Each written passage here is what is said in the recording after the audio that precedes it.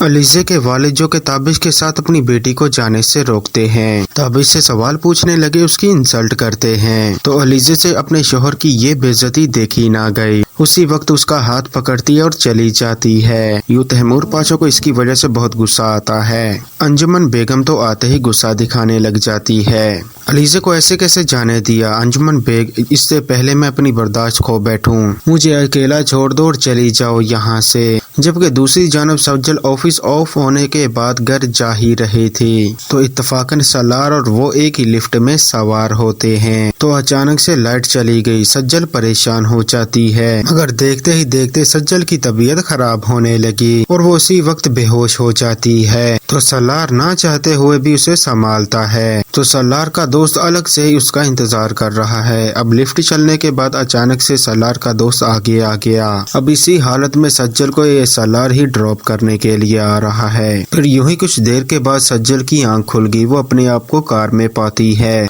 अब जब उसने देखा कि वो सलार के साथ उसी की ही गाड़ी में है, ये सब कुछ देखकर बहुत ही ज्यादा परेशान हो गई। सलार पर शक करने लगी कि आपकी हिम्मत कैसे हुई अपने साथ मुझे लाने की। वो बताता है कि तुम बेहोश हो गई थी, मगर सज्जल को गुस्सा आता है। गाड़ी यहीं पर रोके, मुझे आपके साथ नहीं जाना। सलार गुस्सा दिखाता है कि तुम खामोश हो जाओ, मैं तुम्हें ड्रॉप कर दूंगा।